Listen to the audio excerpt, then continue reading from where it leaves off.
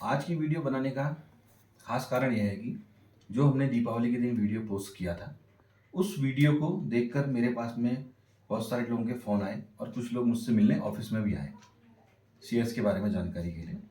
तो मुझे ये लगा कि एक मुझे अवेयरनेस के लिए एक सिंपल मोड पर सामान्य तरीके से एक वीडियो बनाना चाहिए जो आप लोगों के लिए लाभदायक सिद्ध हो।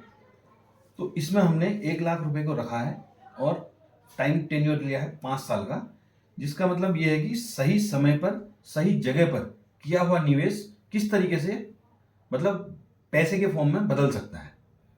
तो मैं आपको समझाना ये चाह रहा हूँ, 1,00,000 रुपए अगर हमने अपने पास में रखा तो वो 1,00,000 रुपए हमारे पास नहीं बढ़ेगा।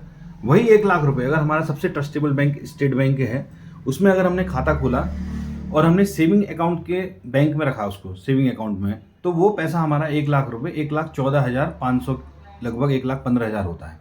और वही हमने अगर एफडी कराई जिसमें अभी मैक्सिमम ब्याज दर जो है 7.5% है, तो वो आज की डेट में 1,45,000 रुपये बदल जाएगा।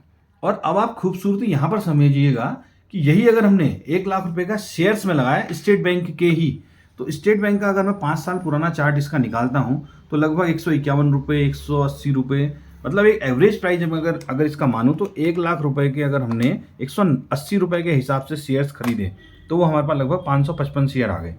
अब इसको अगर आज का जो करंट प्राइस है ये स्टेट बैंक का शेयर का 913 लगभग 900 रुपये चल रहा है, तो 900 रुपये के हिसाब से आपका जो अमाउंट है लगभग 5,00,000 रुपये हो चुका है। यानी कि हमारा 1,00,000 रुपये 5,00,000 रुपये में बदल चुका है। अब एक खूबसूरती शेयर मार्केट की और है कि अच्छी कंपनियां जो होती हैं, जैसे स्टेट बैंक हमारा बहुत बड़ा बैंक है और बहुत अच्छा बैंक है, तो वो हमको डिविडेंड भी देती है। अगर आप देखेंगे 2021 में इसने 4 का दिया, फिर 2022 में 7 रुपये का डिविडेंड दिया है, तो ये पर शेयर पर हमको लगभग अप्रॉक्स 50 रुपये से ऊपर का हमको डिविडेंड भी मिल चुका है 5 साल के अंदर, जो पर शेयर पर हमारी एक्स्ट्रा इनकम है। यानी कि अगर हम 550 शेयर पर अगर हम 50 रुपये के हिसाब से कैलकुलेट करते हैं तो लगभग 27,500 रुपये तो हमको डिविडेंड के फॉर्म में भी हमें प्राप्त हो चुका है।